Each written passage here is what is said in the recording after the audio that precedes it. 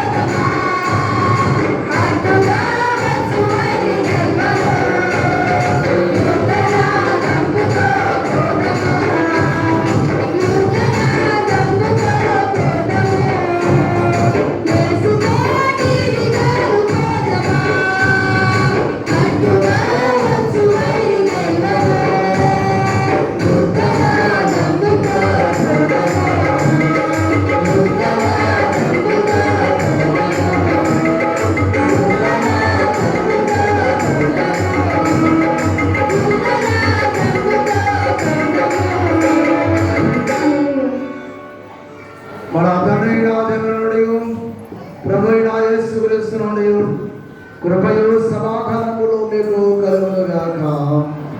ఆమేన్. అధ్యక్ష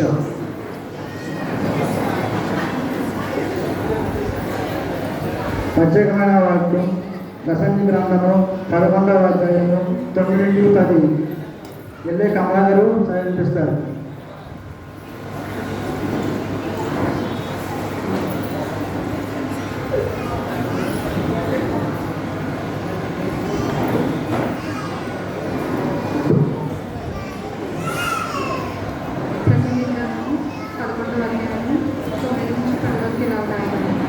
యవనుడా, నీ యవనమందు సంతోషపడు, నీ యవన కాలమందు నీ హృదయము సంతోషిగా ఉండదు. నీ కోరిక చొప్పున నీ దృష్టి యొక్క ఇష్టం చొప్పున ప్రవర్తించు. అయితే వీటన్నిటిని బట్టి దేవుడు నిన్ను తీర్పులోనికి తెచ్చినని జ్ఞాపకం ఉంచుకోడు. లేత వయసును నడిపురాయను గతించిపోవున్నవి కనుక నీ హృదయంలో నుండి వ్యాకులను తొలగించుకోడు. నీ దేహము చెడుపుదాన్ని తొలగించు.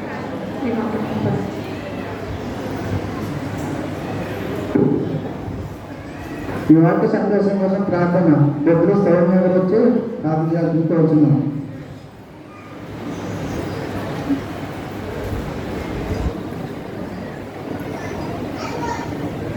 ప్రార్థన. పరిశుద్ధమైన తండ్రి, నీ ఘనమైన శ్రేష్టమైన నామానికి లెక్కలేని వందనాలు స్తోత్రాలు చెల్లించుకుంటున్నాను రాజా. గడిచిన యూత్ సండే నుంచి యూత్ సండే వరకు మమ్మల్ని కాచి కాపాడినందుకు నీకు వందనాలు చెల్లించుకుంటున్నాను తండ్రి. నీ వాక్యం వినటకు మేము నీ సన్నిధికి వచ్చి ఉన్నాము తండ్రి. వాక్యం ద్వారా మీరు మాతో మాట్లాడి మా ఆత్మీయ జీవితాలను మీరు సరిచేయమని అడుగుతున్నాను రాజా. మా మనోనేత్రమును వెలిగించండి నాయన. మా యొక్క ప్రభువ చెవులను, మా ఆత్మలను, మా హృదయాన్ని శుద్ధపరచండి తండ్రి. నీవు మాతో ఏమి మాట్లాడుతున్నావా అని ప్రభువ ఆశగా ఎదురు చూస్తున్నామయ్యా. ఆశగల ప్రాణాన్ని తృప్తిపరచగల గొప్ప దేవుడవు తండ్రి. సమస్తమును ఎరిగి ఉన్న గొప్ప దేవుడవు తండ్రి. ఇక్కడ నిలబడి వాక్యం చెప్పుచున్న బిడ్డను నాయన మరుగు చేసుకుని నాయన వాక్యం ద్వారా నీవు మాతో సూటిగా తేటగా మాట్లాడు తండ్రి. నాయన వాక్యమని ఆత్మకడ్డంతమైన మరొక అంచుల్లోకి తండ్రి నీ వాక్యం చర్చుకొని పోవాలని మమ్మల్ని సిద్ధపరచండి నాయన. వాక్యాన్ని విని విడిచిపెట్టే వారంగా కాకుండా తండ్రి వాక్యానుసారంగా జీవించే జీవితాలను మాకు అనుగ్రహించమని అడుగుతున్నాను తండ్రి. ఆత్మీయ జీవితంలో ఇంకా నన్ను బలపరచండి, ధైర్యపరచండి నాయన. మేము ఈ లోక వాసనలో పడిపోకుండా తండ్రి పరలోక ఆనందాన్ని మేము పొందుకున్నట్టుకు సహాయాన్ని దయచేయండి తండ్రి. ఇక్కడికి వచ్చిన ప్రతి ఒక్క బిడ్డను మీరు పేరు పేరున దీవించండి, ఆశీర్వదించండి తండ్రి. కార్యక్రమం అంతటి నుంచి ఆది నుంచి అంతవరకు మీరు అధ్యక్ష వహించి క్రమముగాను మర్యాదగాను జరిగేటట్టు మీ కృపను గ్రహించమని నజరేయుడైన యేసు నామములో అడిగి వేడుకొనుచున్నాము మా ప్రియ పరలోకపు తండ్రి. ఆమేన్. ప్రార్థన చేసినటువంటి సౌజన్య గారికి వందనాలు తెలియజేస్తాము. వాక్య సందేశం ఎమ్మని కుమార్ గారు వచ్చి ప్రసంగం ఇస్తారు.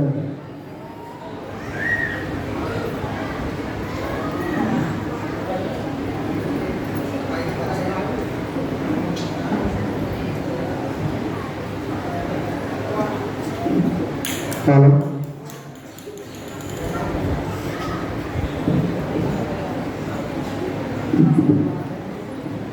హలో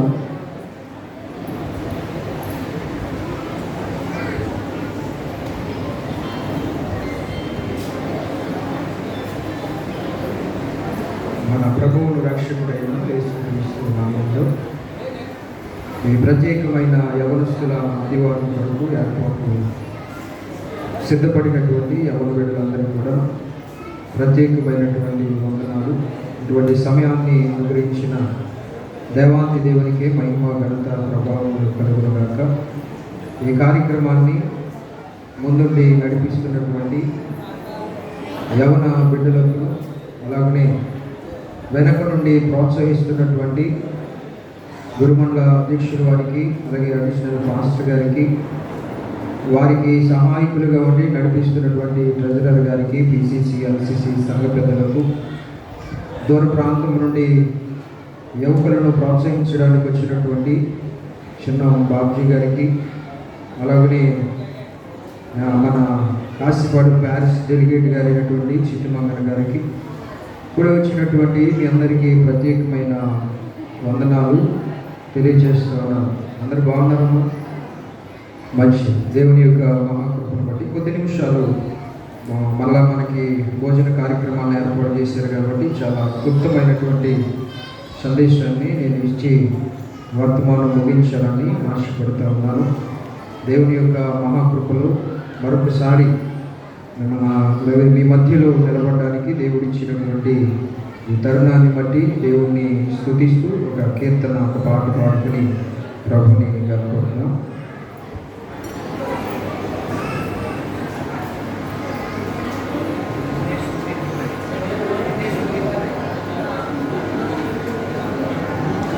నీవే నా మార్గము, సత్యము, జీవము, నీవే నా రక్షణ, విమోచన దుర్గము.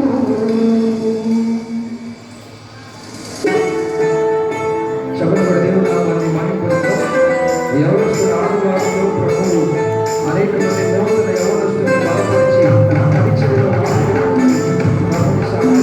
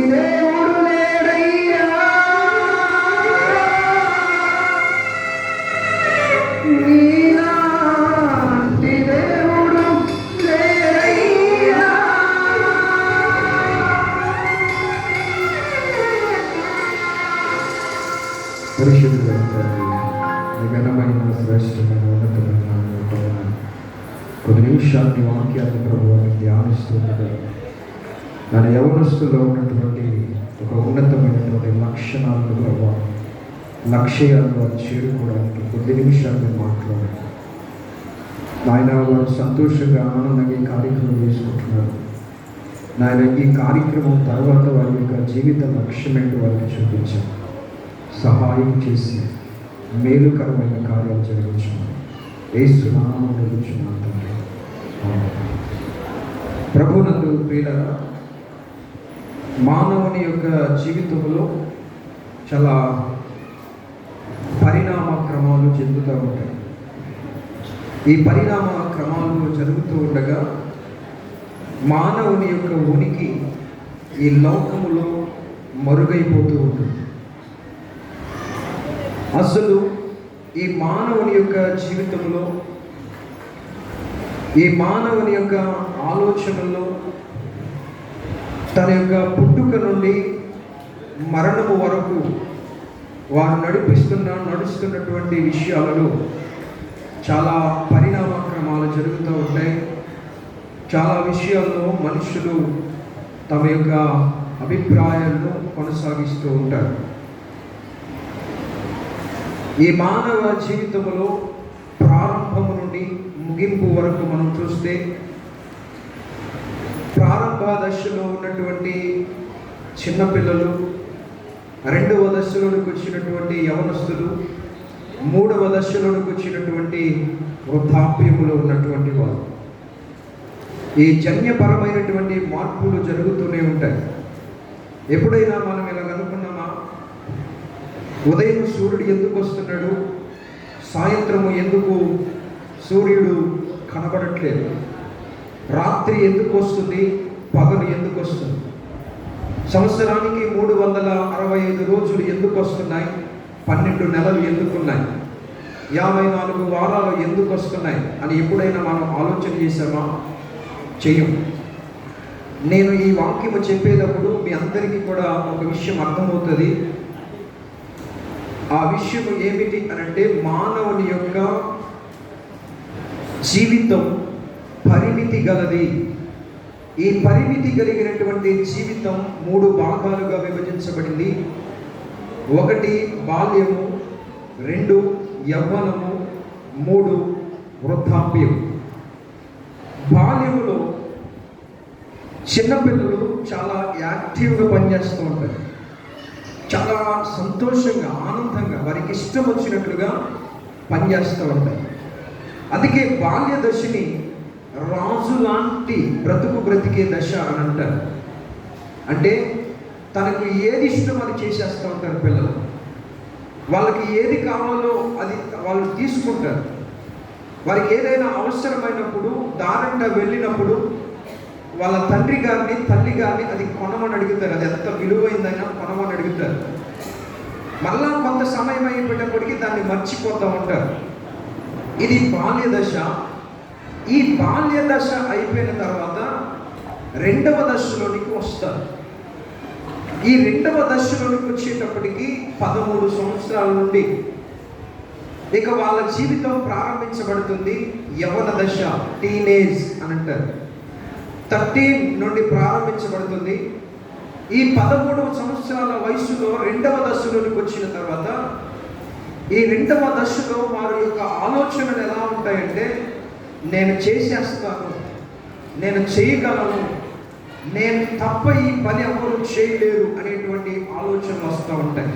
వారు చేసినా చేయకపోయినా, వారు ఆ పని కొరకు పూనుకోకపోయినా వారి ఆలోచనలు ఏంటంటే, వారి యవ్వన దశలోనికి వచ్చేటప్పటికి కొద్దిగా అట్రాక్టివ్గా, లేదంటే వాళ్ళు ముందుకు కొనసాగడానికి వారిలో ఉన్నటువంటి టాలెంట్స్ని బయటికి తీస్తూ ఉంటారు. ఉదాహరణకి తల్లి గర్భంలో పిండముగా ఉన్నటువంటి మనిషి యొక్క రూపం కొన్ని కోట్ల లక్షల కణాలలో నుండి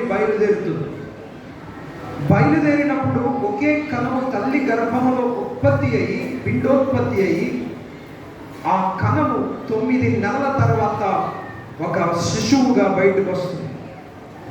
కొన్ని కోట్ల కణాలు లోపలికి వెళ్ళినప్పుడు ఆ కణంతో ప్రధానమైన కణం అంటదంట, నీవు జుట్టుగా మారు, లేదంటే నీవు కళ్ళుగా మారు, చెవులుగా మారు, లేదంటే కాళ్ళగా మారు అని చెబుతా ఉంటే ఆ కణము మాట విన్నటువంటి మిగతా కణాలంట మనిషి యొక్క రూపాన్ని సంతరించుకుని ఆ తల్లి గర్భముల నుండి బయటికి వచ్చేటప్పటికి 9-10 నెలలు పడుతుందంట. 9-10 నెలలు పట్టిన తర్వాత ఆ పిల్లవాడిని మనం చేతిలోకి తీసుకుంటాం. చేతిలోకి తీసుకుని చాలా ఆనందపడతాం, చాలా సంతోషపడతాం. ఎందుకంటే మృదువుగా ఉంటాడు, సౌందర్యంగా ఉంటాడు, చక్కటి ఆకారం ఉంటుంది, అందరూ ఎత్తుకోవడానికి ఇష్టపడతాం. చూడండి, కొన్ని రోజులు అయిపోయిన తర్వాత, అంటే టీనేజ్కి వచ్చేసిన తర్వాత, యవన దశలోనికి వచ్చేసిన తర్వాత, ఈ యవన దశల గురించినటువంటి మాటలు మనం విన్నప్పుడు, లేదంటే ఆ వ్యక్తిని మనం చూసినప్పుడు, చిన్నతనంలో 2-3 కేజీల బరువు ఉన్నటువంటి ఈ పిల్లవాడు టీనేజ్కి వచ్చేటప్పటికి 20-30-40 కేజీలు పెరుగుతాడు. అంటే బాల్యములో చిన్న కణముగా ప్రారంభించబడినటువంటి అతని జీవితం పరిణామక్రమము చెందే కొలది, అతడు ఎదుగుతున్న కొలది ఏమవుతుంది అని అంటే, బరువు అనేది పెరగడం ప్రారంభిస్తాడు. ఇలా ప్రారంభించినటువంటి తన జీవితంలో 3వ దశకు వచ్చేటప్పటికి, 3వ దశ వృద్ధాప్యంలోనికి వచ్చేటప్పటికి 0 బరువు నుండి ప్రారంభించబడిన మనిషి జీవితం 80-90 కేజీల వరకు పెరుగుతుంది. మీకు ఉదాహరణ చెప్పాలంటే, చిన్నపిల్లలు పుట్టినరోజు జరిగినప్పుడు ఆల్బమ్స్ గట్రా ఉంటాయి కదా, అవి చూసిన తర్వాత ఇంకా కొద్దిగా ఎవరికి వెళ్ళిపోయి ఇంకా 4-5-13 సంవత్సరాలకు వెళ్ళిపోతే మెచ్యూర్ ఫంక్షన్స్ అని, లేదంటే యవనస్తులు తీసుకునే ఫొటోస్ కానీ మీరు చూస్తే ఎలా ఉంటుందంటే, చిన్నప్పుడు నేను ఇలా ఉండేవాడిని, ఇప్పుడు ఇలా ఉన్నాను. ఈ యవన దశ దాటిపోయిన తర్వాత జీవిత విధానం గురించి మనం ఆలోచన చేసినప్పుడు ప్రియరా, తాను ఏదైతే చేయాలనుకుంటున్నాడో ఆ చేసే సామర్థ్యము లేనప్పుడు చేయగలనని నిలబడ్డాడు. తను ఏదైతే చేస్తాను అనుకున్నాడో అది చేసే ప్రక్రియలో యవన దశలో అనేకమైనటువంటి విధాలకు లేదంటే అనేకమైనటువంటి ఆలోచనలకు గురి అయిపోయి తమ యొక్క గోల్స్ని రీచ్ అవ్వలేనటువంటి పరిస్థితుల్లో ఉన్నారు. తర్వాత ఈ ఈ ప్రక్రియ అంతా ముగిసిపోతుంది, వృద్ధాప్యంలోనికి వస్తారు. వృద్ధాప్యంలోనికి వచ్చిన తర్వాత బాల్య దశను గుర్తు చేసుకుంటే నేను చిన్నప్పుడు ఎలా ఉండేవాడిని, యవన దశలో ఎలా ఉండేవాడిని, ముసలి వయసు వచ్చేటప్పటికి ఎలా ఉన్నాను అనేటువంటి ఆలోచన మనకు వస్తుంది. అనుభవం కలిగినటువంటి జీవితంలోనికి వెళ్ళిపోతారు. ఈ 3 పరిణామాల్లో యవన పరిణామం అనేది, లేదంటే యవన దశ అనేది చాలా ప్రాముఖ్యమైనది. ఈ యవన దశలో మనం తీసుకున్న నిర్ణయాలు మన జీవితాన్ని నిలబెడతాయి. ఈ యవన దశలో మనం తీసుకున్నటువంటి నిర్ణయాలు మన బ్రతుకులను మారుస్తాయి. ఈ యవన దశలో మనం తీసుకున్న ప్రతి విషయం, ప్రతి థింకింగ్, ప్రతి ఆలోచన మన బ్రతుకులలో ఉన్నతమైనటువంటి స్థితిలోనికి తీసుకుని వెళ్తాయి. బాల్య వయసులో ఉన్నప్పుడు మనకు తెలియదు, యవన దశలోనికి వచ్చేటప్పటికి మాత్రం మనకి తెలుస్తుంది.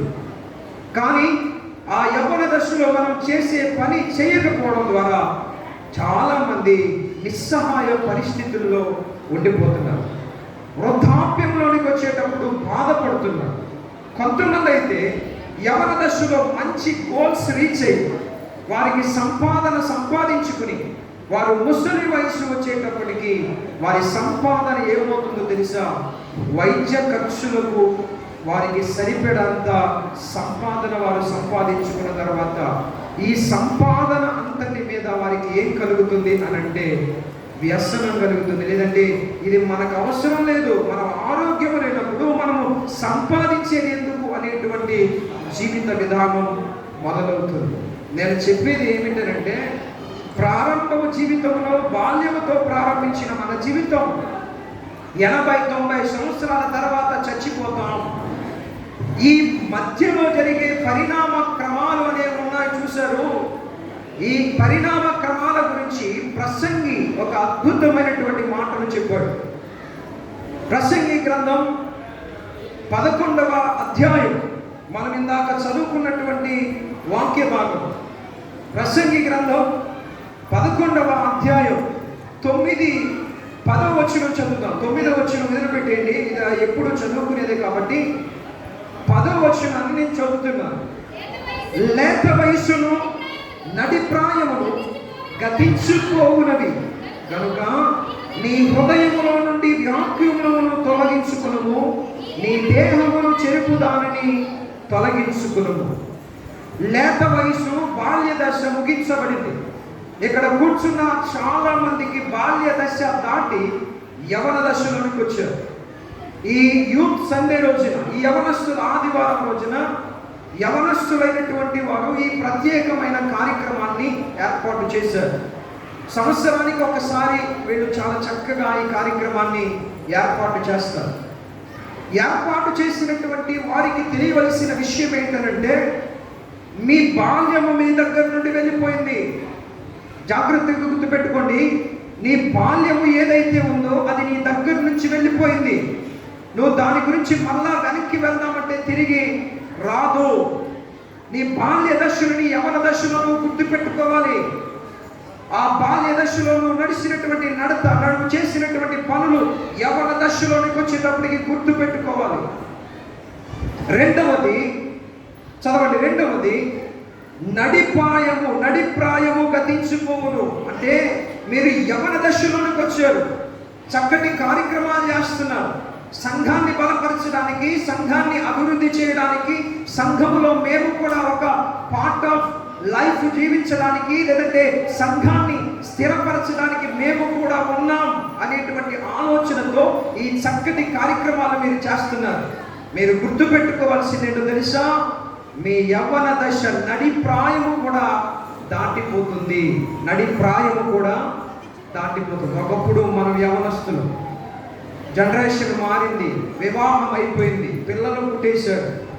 తర్వాత ఇంకొక యవన దశలోకి వచ్చినటువంటి వారు వచ్చారు.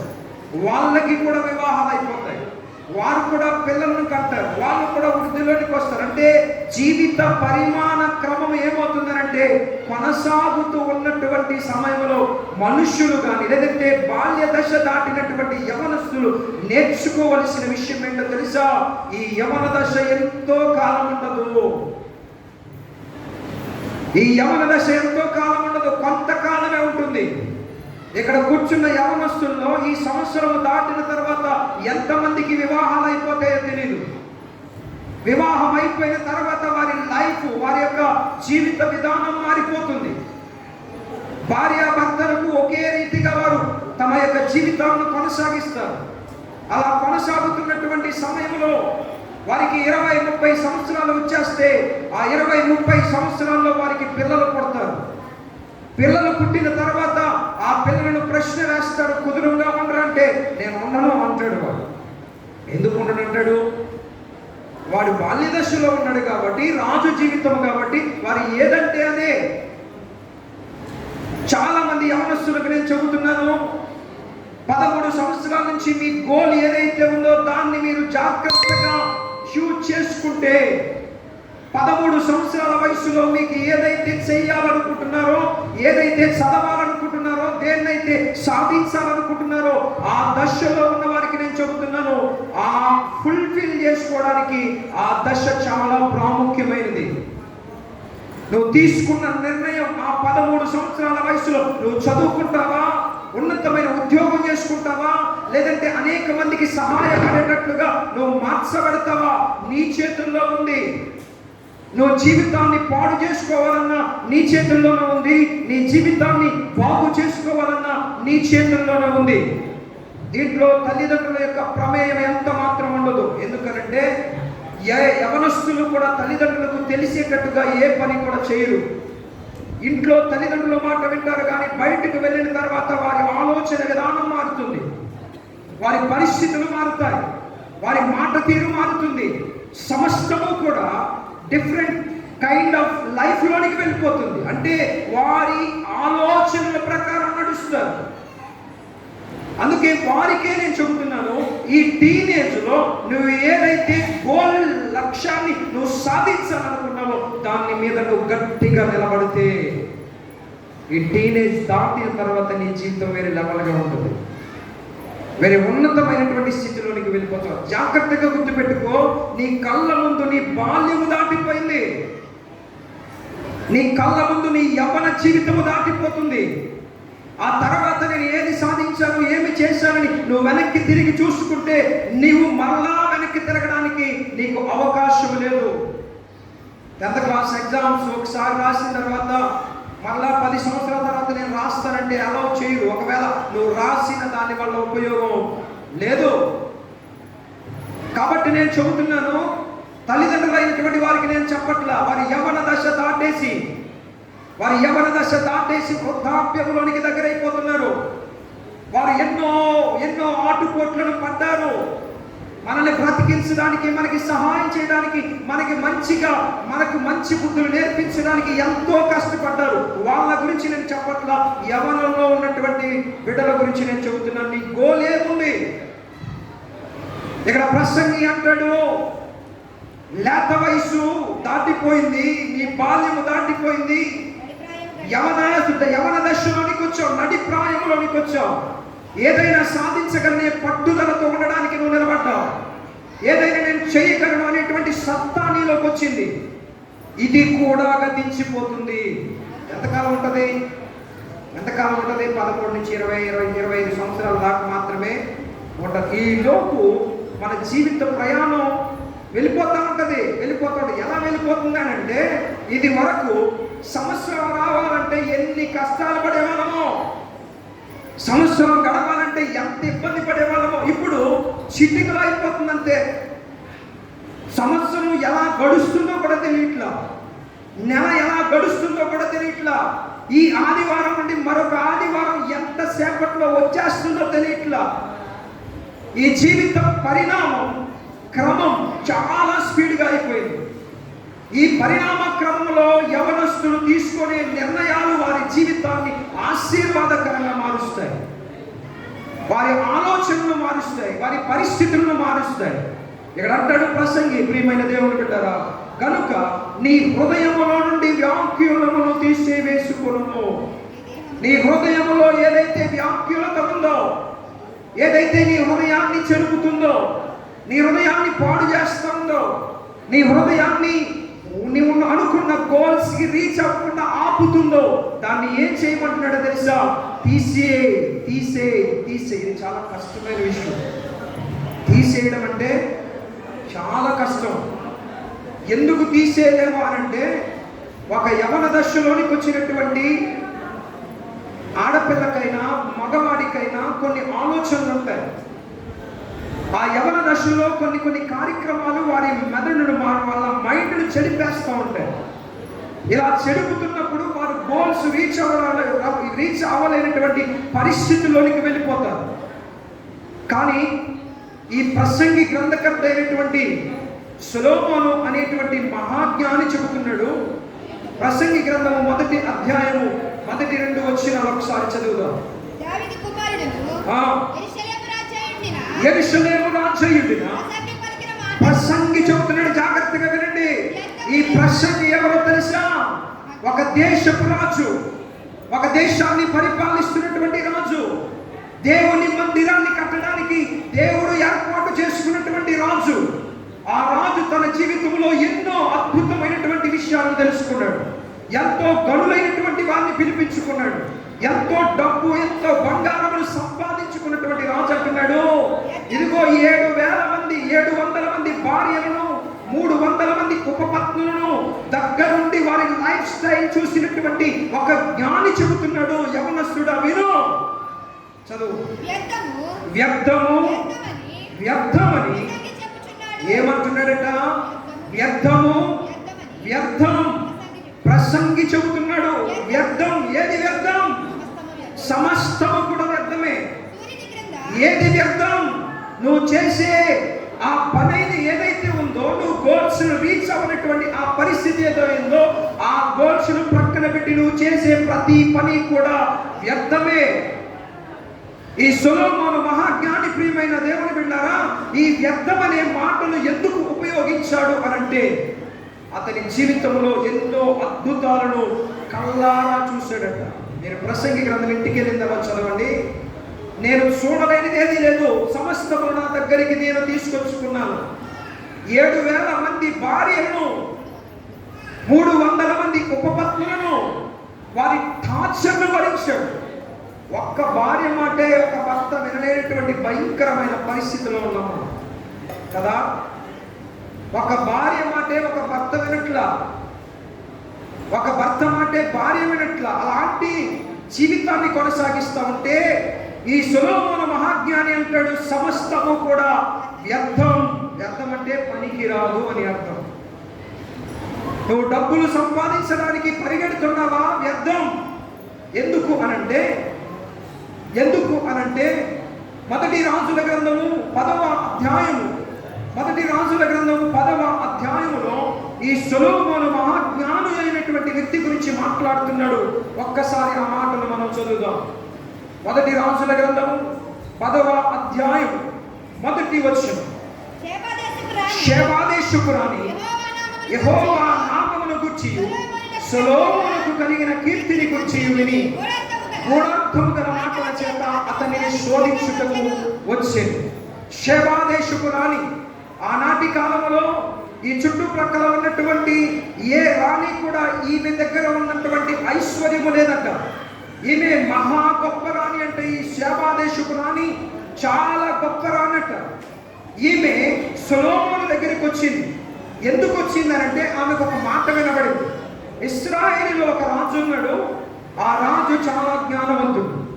ఆ జ్ఞానవంతుడిని చూడడానికి అనేక మంది రాజకుమార్తెలు వస్తూ ఉంటే ఈమె కూడా ఒకసారి ఆయనను చూడడానికి వచ్చింది. చూడడానికి ఎందుకు వచ్చింది అనంటే ఆయన్ను శోధించడానికి వచ్చింది. ఏంటి ఆమె శోధించింది అనంటే, సామెతల గ్రంథము, ప్రసంగి గ్రంథము, ఈ గ్రంథాలన్నిటికన్నా ఇంకా చాలా విలువైనటువంటి గ్రంథాలను ఈ గ్రంథకర్త రాశాడు. వాళ్ళ గురించి చాలా పొడుపు కథలు అనేటువంటివి ఈయన రాశాడు. రాసినటువంటి ఓ పొడుపు కథలో ఇలా రాయబడి ఉంది. ఈ షేబాదేశపు రాణి అంట ఒక 10 మంది అమ్మాయిల్ని తీసుకొచ్చిందంట. ఎవరి దగ్గరికి? సొలొమోను దగ్గరికి. రాజసింహాసనం మీద కూర్చున్నాడు. 10 మంది అమ్మాయిలు నిలబడ్డారు. వారిలో ఒక 5గురు మగవాళ్ళు, వాళ్ళు ఆడవేషం వేసుకున్నవాళ్ళు. ఈయన జ్ఞానము ఎంతుందో ఒక్కసారి పరిశీలిద్దామని. సొలొమోను, నువ్వు జ్ఞానవంతుడు అంట కదా. ఇక్కడికి వచ్చిన 10 మంది ఆడవాళ్ళలో 5 మగవాళ్ళు ఉన్నారు, 5 ఆడవాళ్ళు ఉన్నారు. వీరిలో మగవారు ఎవరు అని ప్రశ్న వేసిందట. అలా ప్రశ్న వేస్తే జ్ఞాని అన్నాడంట, సరే వాళ్ళ గురించి నేను చెబుతాను, వచ్చిన వాళ్ళందరికీ కాళ్ళు కడుక్కోవడానికి నీళ్ళు ఇవ్వండి అని చెప్పింది. నీళ్ళు ఇవ్వండి అని సొలొమోను జ్ఞానవంతుడు చెబితే ఆ 10 మంది నీళ్లు తీసుకుని వెళ్ళి కాళ్ళు కడుక్కుంటూ ఉన్నారు. కాళ్ళు కడుక్కొని దూరంగా వెళ్ళి కాళ్ళు కడుక్కొని తిరిగి మళ్ళా వస్తూ ఉంటే, సరే నేను చెబుతానని జ్ఞానవంతుడైన సొలొమోను అన్నాడట. సరే చెప్పండి అని అన్నారంట. చెప్పండి అంటే మనమైతే ఏమంటాం, మనకు ఒక ఆలోచన వచ్చింది. ఏ ఆలోచన? మగవాళ్ళు అయితే ఎలా నడుస్తారు, ఆడవాళ్ళు అయితే ఎలా నడుస్తారు. ఇది మన జ్ఞానం. కానీ దేవుడిచ్చిన జ్ఞానం సొలొమోనుకి ఎలా ఉందో తెలుసా? ఆ జ్ఞానముతో సొలొమోను ఒక్కసారిగా ఈ 5 ఉన్నారే వీళ్ళు మగవాళ్ళు, ఈ 5 ఉన్నారే వీరు ఆడవాళ్ళు అన్నారంట. ఎలా చెప్పారండి అని అంటే, మగవాళ్ళు అయినటువంటి వారంట ఎలా పడితే అలా కాళ్ళు కడిగేసుకుంటారంట. అంటే నీళ్లు పొదుపు అనేది మగవాళ్ళ దగ్గర ఉండదంట. మరి ఎవరి దగ్గర పొదుపు ఉంటుంది అంటే ఆడవాళ్ళ దగ్గర పొదుపు ఉంటుందంట. అంటే వారు కాళ్ళు కడుక్కునే విధానం, నీటిని చాలా పొదుపుగా వాడుకుంటారు. దీంట్లో పెద్ద జ్ఞానమేమీ లేదు. మగవారైతే ఎలా పడితే అలా కడుక్కుంటారు, నెమరీ చేసుకుని వెళ్ళిపోతారు. ఆడవాళ్ళైతే ఒక పద్ధతిగా కడుక్కుంటారు. దాన్ని బట్టి నేను చెప్పాను అన్నాడు. ఇలాంటి సామెతలు అనేకములు ఉన్నాయి. అయితే ప్రియమైన దేవుని బిడ్డలారా, ఈ షాబాదే శుభ్రాన్ని కొన్ని లక్షల కోట్ల విలువైనటువంటి బహుమతులు తెచ్చింది. ఈ 10వ అధ్యాయం 14వ వచనంలో దావీదు సొలొమోను యొక్క సింహాసనం గురించి చెబుతాడు. 1 by 1 చదివిన తర్వాత నేను ముగించేస్తాను, సమయం అయిపోయింది కాబట్టి. 14వ వచనం, ఏటేటా సొలొమోను కూర్చిన బంగారము 1332 మణుగుల ఎత్తు. ఏ బంగారం అంటది? 1330 ఎత్తు, మణుగుల ఎత్తు బంగారం అంట. మనకి 2-3 ఉంగరాలు ఉంటేనే మనం భూమి మీద ఆపలేరు మనం కదా. ఎలా పిలుస్తారు? ఎలా పిలవాల్సిన వాళ్ళు ఎలా పిలుస్తారు? 2 ఉంగరాలు ఉంటే ఎందుకు ఎలా పిలుస్తారు?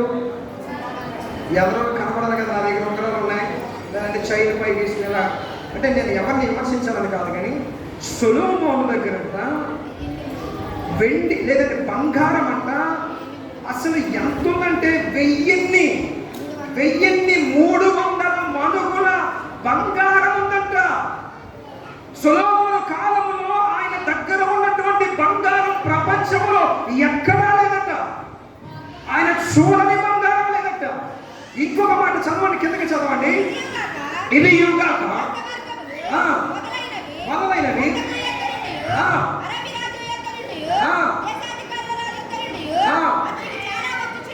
ఎలా వచ్చాయంట? అరబ్బు రాజులు పంపించారంటే మనం దుబాయ్, కువైట్, ఖత్తర్ దేశాలు వెళ్తున్నామే, ఆ అరబ్బు దేశంలో ఉన్న రాజులంట సొలొమోనుకి బంగారాన్ని పంపించేవారట, వస్త్రాలను పంపించేవారట, విలువైనటువంటి వాటినన్నింటినీ సొలొమోనుకు పంపించేవారట.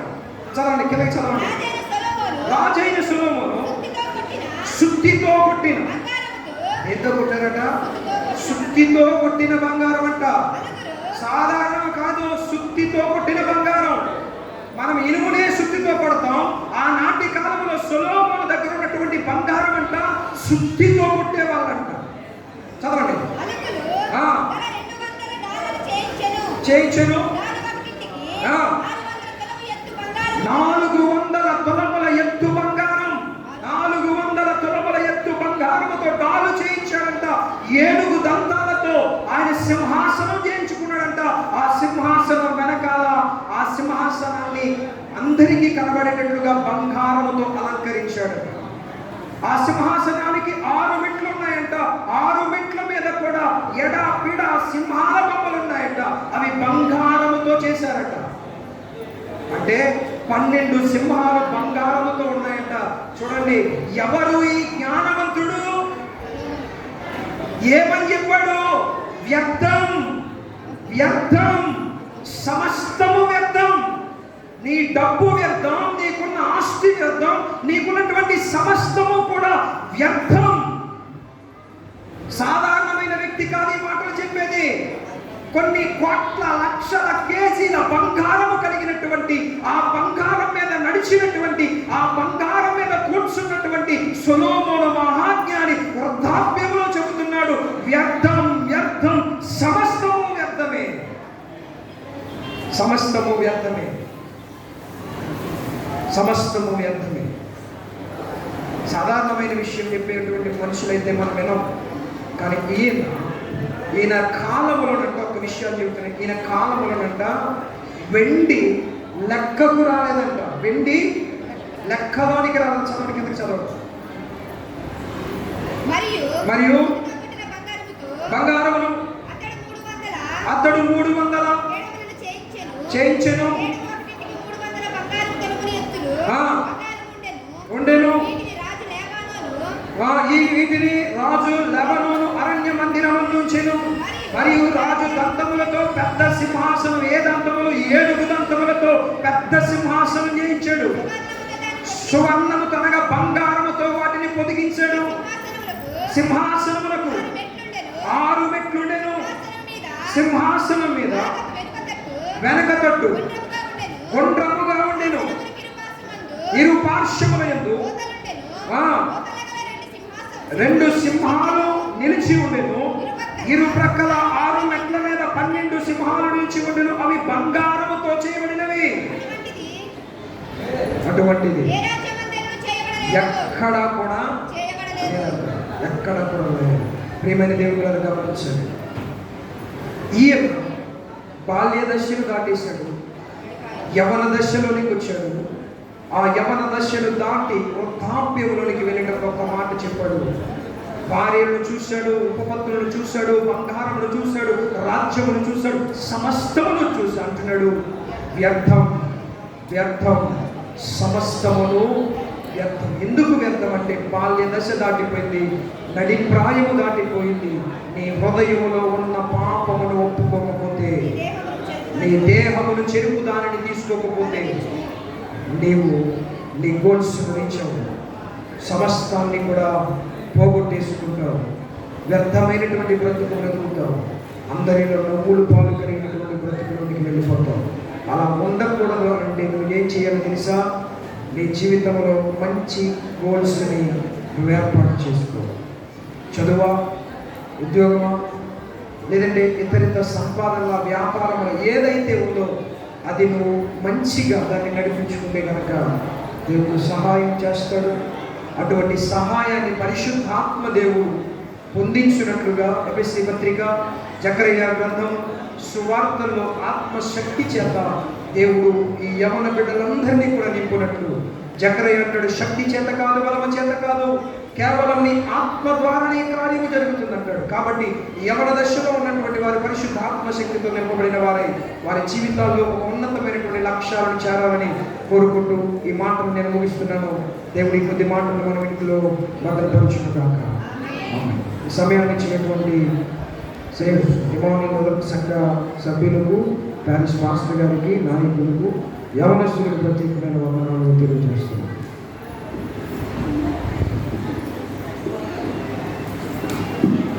అధ్యక్ష,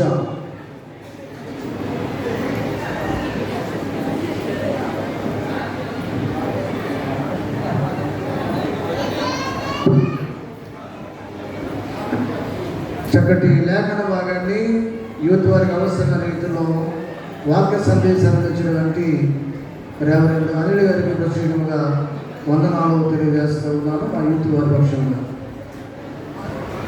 కృతజ్ఞత కానుకలు